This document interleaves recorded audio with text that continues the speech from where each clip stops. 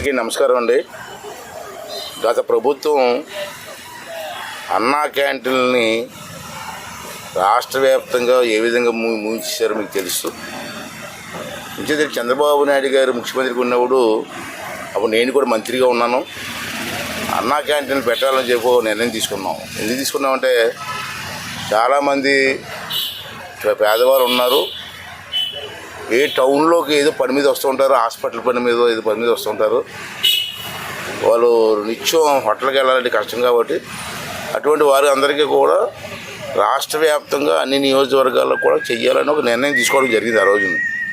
ఆ నిర్ణయం ప్రకారంగా మన నియోజకవర్గంలో కూడా ఇక్కడ అన్నా క్యాంటీన్ రన్ చేసాం, బ్రహ్మాండంగా రన్ చేసాం ప్రభుత్వం ద్వారా. తర్వాత ఈ ప్రభుత్వం వచ్చిన తర్వాత ఏదో కక్ష సాధింపు చంద్రబాబు నాయుడు గారు పెట్టారు కాబట్టి మేము ఉంచకూడదన్న నిర్ణయంతో మొత్తం రాష్ట్ర వ్యాప్తంగా అన్నా క్యాంటీన్లు ఆఫ్ చేశారు. కొన్ని చోట్ల అయితే కొన్ని ప్రాంతాల్లో అయితే అన్నా క్యాంటీన్ని ధ్వంసం చేసేసారు. ఏంటో కక్ష నాకు తెలియదు, మరి ఇది చేశారు. మరి అప్పటి నుంచి కూడా మళ్ళీ మన ప్రభుత్వం వచ్చేసరికి పెట్టాలని నిర్ణయంకి వచ్చాం.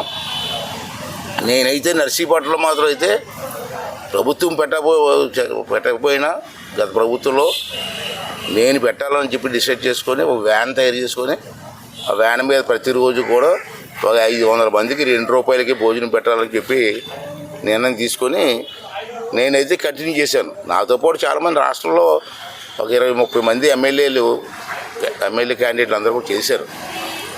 కొన్ని ఇబ్బందులు ఉన్నా నేను కూడా ₹2 భోజనం పెట్టి ప్రతిరోజు నర్సీపట్నంలో పెడుతున్నాం ఇప్పుడు వరకు. మళ్ళీ చంద్రబాబు గారు మొన్న ఓ నిర్ణయం తీసుకొని మళ్ళీ రాష్ట్ర వ్యాప్తంగా అన్ని నియోజకవర్గాల్లో కూడా అన్నా క్యాంటీన్లు ఓపెన్ చేయాలని చెప్పి నిర్ణయం తీసుకోవడం జరిగింది. దాని ప్రకారంగా మళ్ళీ ఈవేళ ఈ బిల్డింగ్ పూర్తిగా తయారు చేయడం జరిగింది.